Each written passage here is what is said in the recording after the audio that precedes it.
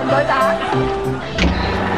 Mama, bakit ang bilis-bilis ng takbong nyo? Para namang wala namang humahabol sa atin. Uy, anong wala? Anong wala? Eh, kanina pa kami naahabol ng polis, ano? Getaway jeep kaya namin to. Hold up kami ng bangko. Kung nakiki-joyride ka lang dyan, oh. Dali ka! Dali mo!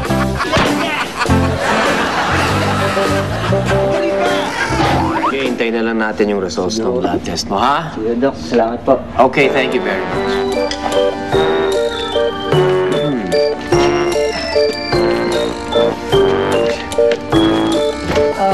Dok, Aha. papatingnan ko sana yung allergy ko eh. Ano ba? Oo, sobrang kati niya. Ang kati-kati. Patingin nga, patingin. Ayan, meron pa dito. Grabe naman pala yung allergic reaction mo. Saan ka ba allergic? Sa balahibo ng pusa? Sa pagkain? Saan ba? Shellfish? Hindi ho. Oh. Sa babae ho. Oo, tama ho, Dok. Allergic ho ako sa babae. Paano allergic ka sa babae? Napakamalas mo naman. Ano nangyayari sa'yo kapag nakakita ka ng... Kasi, Dok, Sandali lang. Oo. Hat!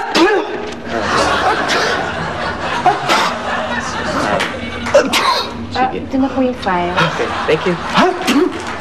Thank you na.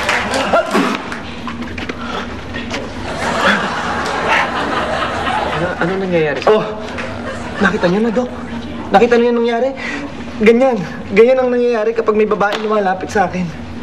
Apoy, kawawa ka naman ano. Sayang naman yung ganda mong lalaki. Teka muna. Paano kayo naglalabing-labing ni Mrs.? Ni girlfriend nga ho, wala eh. Misis pa kaya. Talaga naman napakamalas mo. Sige, maupo ka. Bibigyan ka ng reseta, ha? Mabuti pa. Ito, tamang-tama. Inumin mo to 3 times a day, ha? Ay, Dok. Nurse? Nurse, mamaya tayo mag-usap.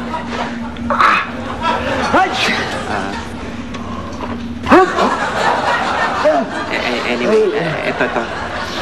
Inumin mo yan, ha? Ito, Dok. 3 times a day. Siguradong gagaling ka. Sige, Dok. Salamat, Dok, ha? Okay.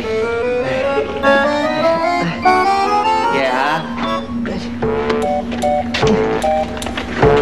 Pakamalas naman ng batang yun.